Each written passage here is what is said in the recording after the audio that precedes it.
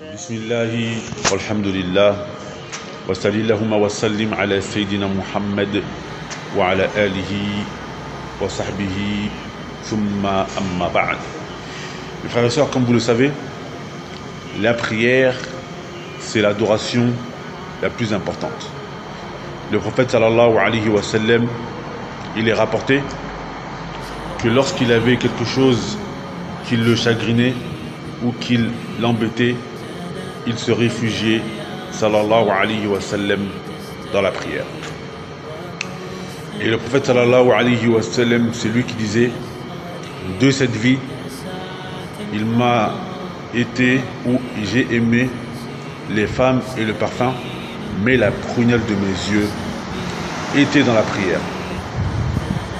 Les compagnons, lorsqu'il manquait une seule de leurs prières en groupe, lorsqu'il manquait une prière qui doit être commémorée avec le groupe, les compagnons, il y en a parmi eux qui pleuraient et il fallait les réconforter.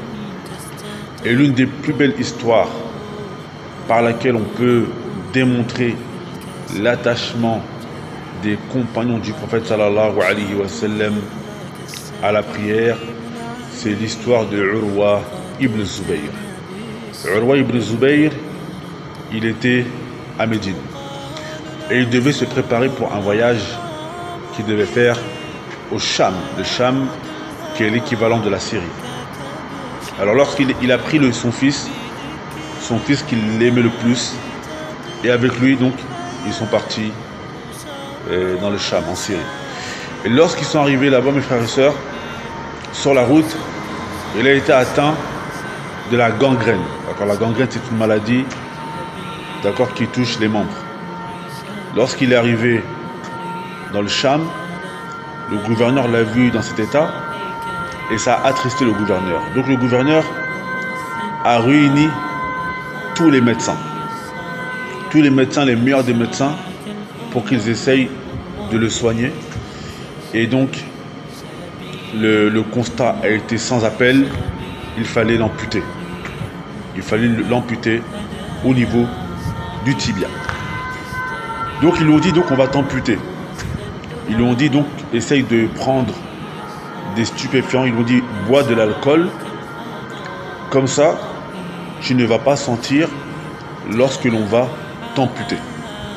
Et il leur a dit: Allah Azza wa Jal a interdit l'alcool et moi je veux m'aider de l'alcool pour me soigner. Il a dit non. Ils lui ont proposé plusieurs choses et il leur a dit quoi? Il leur a dit: écoutez, je veux commencer à prier et lorsque je serai en prière, faites ce que vous voulez. Donc il a commencé à prier, Allahu Akbar. Il s'est incliné, il s'est relevé de son inclinaison et lorsqu'il s'est prosterné, ils sont arrivés, ils ont commencé à lui couper la chair pendant sa prière, tellement il ne sentait rien, tellement il était concentré qu'il ne sentait rien. Puis ils lui ont coupé l'os, ils l'ont amputé son os au niveau du tibia, tellement il était dans la prière et concentré dans sa prosternation, subhanallah, tellement il était lié avec Allah Azza wa Jal qu'il ne sentait rien. Et son sang coulait, il ne sentait rien. Il faisait une hémorragie, mais il ne sentait rien. Et pour que le sang arrête de couler, ils lui ont mis de l'huile chaude au niveau de l'amputation. Ils lui ont mis de l'huile chaude et après là, il s'est évanoui.